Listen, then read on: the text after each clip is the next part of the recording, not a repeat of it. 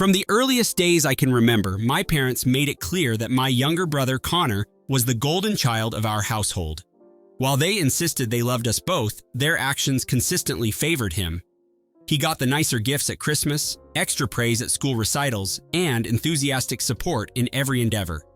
Meanwhile, I learned early on that I had to fend for myself. My father would wave me off whenever I tried to share an achievement, dismissing my success with a half-hearted nod.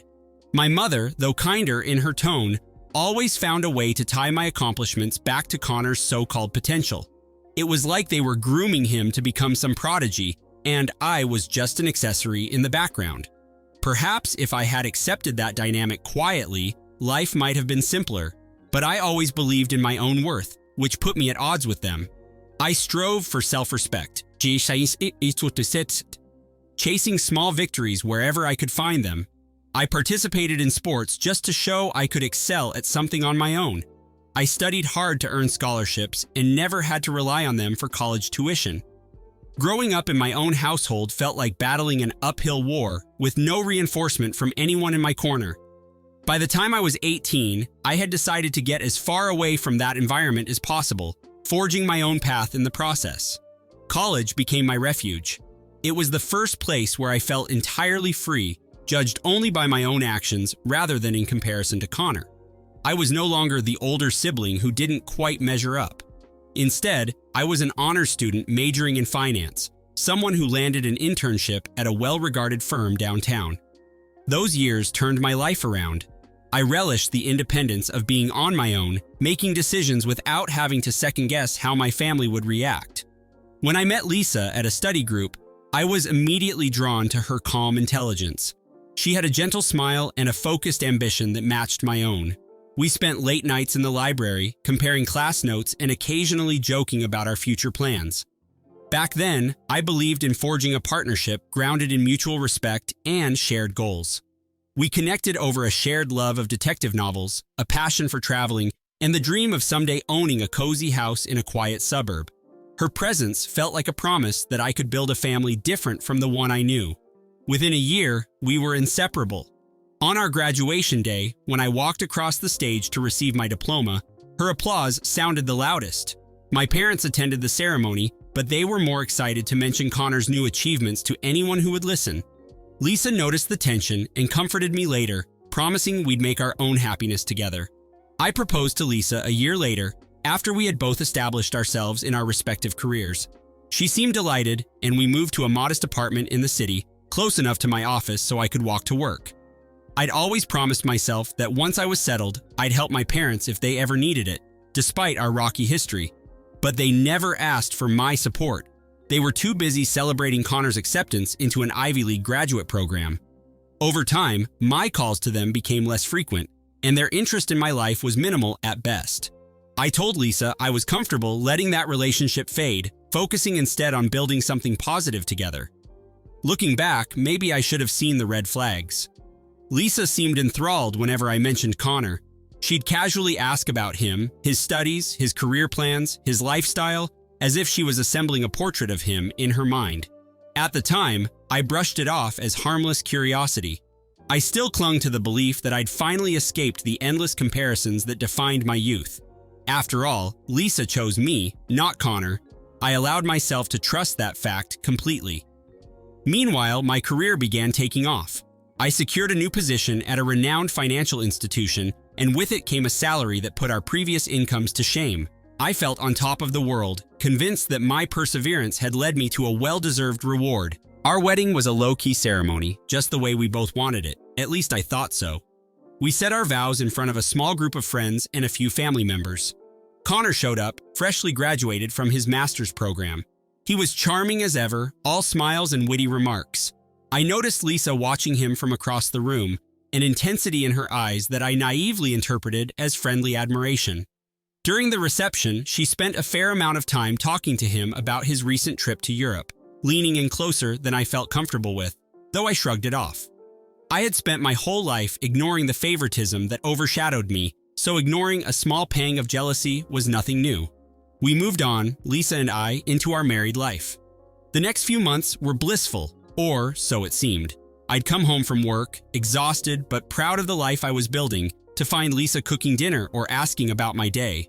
On weekends, we'd plan day trips, watch old movies on the couch, and talk about when we might want kids. She seemed so supportive, so present, that I couldn't imagine anything sinister lurking beneath the surface. And yet, in the back of my mind, I sometimes recalled the way she had looked at Connor. Maybe it was a holdover from my childhood insecurities, or maybe it was my intuition trying to warn me, but I ignored it completely, content in my domestic bubble. It was about a year into our marriage when the truth started to unravel. Lisa had grown distant, often texting in another room and saying it was work-related. She began slipping away on weekends, claiming she needed time to herself, or was going to meet an old friend from college. One afternoon, I came home early from an out-of-town business trip to surprise her, only to find a note saying she'd gone shopping. Her phone, however, was left behind in the living room, buzzing incessantly with notifications. Normally, I respected her privacy, but that day I felt compelled to look. What I discovered shattered every illusion I had. There were dozens of messages from Connor, peppered with affectionate language and explicit references to secret meetups. I stood there, reading texts that spoke of hotel reservations, their private jokes about me and the time they spent in my home when I was gone on business. My heart hammered in my chest, and for a moment I thought I might pass out. The final blow was a photo, Connor kissing her cheek, both of them smiling in a way I hadn't seen her smile in months. My entire world collapsed in that instant. Every memory of our wedding, our shared dreams, and the plans we had made for the future crumbled into dust.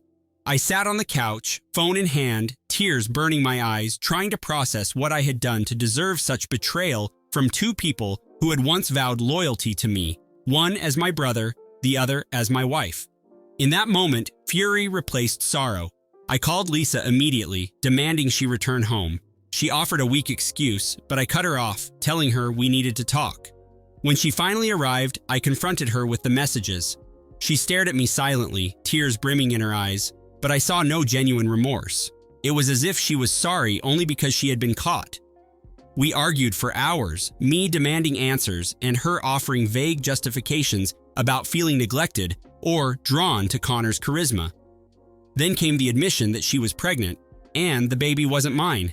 I heard the words, but they felt distant, like echoes in a dream I wanted to escape. She wasn't asking for forgiveness, she was merely delivering the news as though it were some unpleasant formality. I realized then that I was never going to be the center of her life, never going to compare to the golden child in her eyes. I packed a bag that same night, telling her I needed space. Her only response was a quiet apology, laced with desperation that felt more about preserving her image than actually caring for my pain. I left, checking into a nearby hotel, uncertain what to do next. The ring on my finger felt like a shackle, a cruel joke. The vow I had spoken at the altar was meaningless now, trampled on by the very person who was supposed to guard it with her life. I felt alone, but at the same time, weirdly liberated. Divorce proceedings began soon after. Lisa's betrayal was undeniable. Initially, she tried to object, claiming we could salvage what was left. But her arguments held no weight. She was pregnant with my brother's child, and any hope of reconciliation was nothing but a fool's dream. We settled matters swiftly. I kept most of what I had earned, and she left for an apartment she claimed Connor was helping her fund. The last I heard, they planned on making a life together. Maybe they did, maybe they didn't. I stopped paying attention. The divorce was final in 6 months, and during that time, I didn't hear a single word from my parents. Not one phone call to ask if I was okay. They were too busy celebrating the upcoming grandchild, courtesy of their favored son. I felt an onslaught of bitterness, not just towards Lisa and Connor, but towards my entire family for treating me like I was disposable. Yet, part of me remained resolute. I wasn't going to let them define my worth anymore. With the legalities concluded, I threw myself back into work. I took on more responsibilities, spearheaded new projects, and in a twist of fate, I was promoted to a high-ranking position that came with a significant pay bump. Suddenly, I was making more money than I'd ever imagined. I upgraded my living situation, got myself a sleek new condo, and focused on personal growth. It felt like my life was finally turning a corner. Then, just when I was beginning to find stability in my new life, my phone rang one evening with an unknown number. I answered out of habit, and to my surprise, It was my mother. Her voice trembled with what sounded like forced affection, asking me how I was. I felt a jolt of anger but kept my tone neutral. She talked for a minute or two about mundane things, the weather, her health, before finally cutting to the chase. My father had retired recently, she said, and their finances were less stable than they'd hoped. The subtext was clear. They wanted my help. I clenched my jaw, recalling how they'd abandoned me during the most devastating period of my life. Now, with Connor apparently unemployed and Lisa staying home to care for their child, no extra funds were coming in. They heard I'd gotten a lucrative promotion and assumed I'd be willing, maybe even eager, to help the family out. She tried to sugarcoat the request, talking about how blood is thicker than water, how we all need to stick together. I could practically hear my father in the background prompting her to make sure I knew how desperate they were. It was astounding, really, to think they expected me to bail them out after ignoring me for so long. I remembered the nights I'd spent alone in that hotel room, the months of divorce proceedings, and the total silence from them through it all. My mother ended the call by suggesting I think about it, then let her know as soon as possible. I took a few days to wrestle with my anger. Part of me wanted to ignore them entirely, to repay indifference with indifference. But another part of me demanded something more decisive, a confrontation that would finally lay bare all the resentment I'd harbored. I decided to invite my parents and Connor to dinner at a fancy restaurant downtown. If they wanted my help, they would have to look me in the eye. They arrived together, looking uneasy. My father attempted a half smile, my mother looked painfully polite, and Connor, face drawn with anxiety, tugged at his shirt collar like it was choking him. As we sat down, I could see the tension etched into everyone's posture. They tried small talk at first, praising the restaurant choice and asking about my job. I entertained their questions but kept my answers curt. Then, after the server left us alone with our entrees, I told them to be straightforward about what they needed. My mother fumbled with her words, explaining that times were tough for Connor and Lisa, and that my parents' retirement fund was dwindling. My father cleared his throat awkwardly and suggested that maybe I could lend them a certain sum to cover essential expenses. Connor sat there, avoiding my gaze, swallowing hard every few seconds. They never mentioned Lisa by name, but everyone knew her presence loomed over the conversation like a dark cloud. I let them speak, listened to their pleas, and felt my rage simmer beneath a veneer of calm. When they finished, I leaned forward and asked if Connor had anything he wanted to say. He looked at me then, eyes full of shame, but he managed to utter a stiff apology. Something about mistakes being made, about him wanting us to reconcile as a family. I let him speak without interruption, noticing the way my parents nodded in agreement, as if this was something we could just move past. Finally, I placed my napkin on the table and told them about the sleepless nights I spent after discovering Lisa's betrayal. I described the sense of abandonment I felt when no one in my family reached out while I was fighting through the divorce. I told them how I had always known Connor was their favorite, how I watched them applaud his every move while ignoring mine. I explained that forgiveness was impossible for me because some betrayals run so deep they scar you permanently. My mother tried to protest, my father looked away, and Connor's face fell. I then informed them that I owed them nothing, not an ounce of pity, not a single dollar. Their pleas for help rang hollow in my ears. For once, I was in control and they had no leverage over me. I paid the bill, stood up, and told them I was done.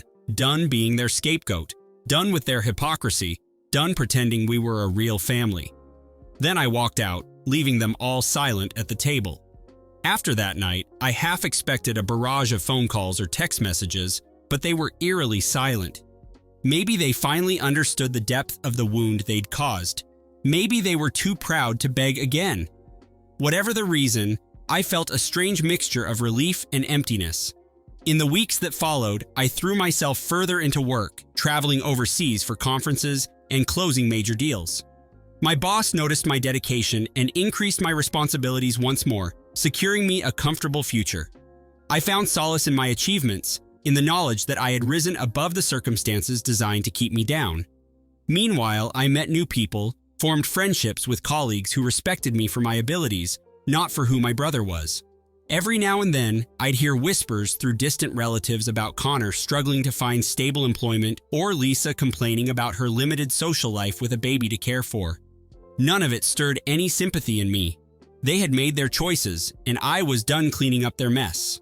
Some nights, I'd go for a run in my upscale neighborhood and reflect on how drastically my life had changed in just a few years. I had lost a wife, exposed my brother's true colors, and severed ties with the family that always undervalued me. Yet, I was surprisingly at peace.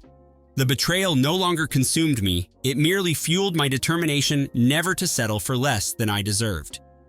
Months later, I was out for dinner with a business associate when I spotted Connor at a corner table, alone with a drink. He looked disheveled and far from the confident golden boy I once knew. Our eyes met then. He gave me a nod of acknowledgement, but I turned away. Later, in the parking lot, he approached me. He spoke about his regrets, about how everything had fallen apart with Lisa, and about their financial struggles. In a feeble voice, he asked if there was any chance I could help him find a job at my firm. I stood there for a long moment, remembering every wound inflicted upon me for years. I recalled the texts between him and my ex-wife, the child they brought into this world under the shadow of deceit. I thought of my parents begging for handouts, never once apologizing for how they treated me. And then I thought of my hard-earned accomplishments, everything I'd built despite their scorn. I kept my voice steady, telling him he was on his own. I would do nothing for him. Before he could protest, I got into my car and drove away, feeling a calm satisfaction that was neither cruel nor benevolent. It was justice. In that moment, I realized true closure doesn't come from erasing the past. It comes from standing firm in one's self-respect. I had let go, and there would be no forgiveness.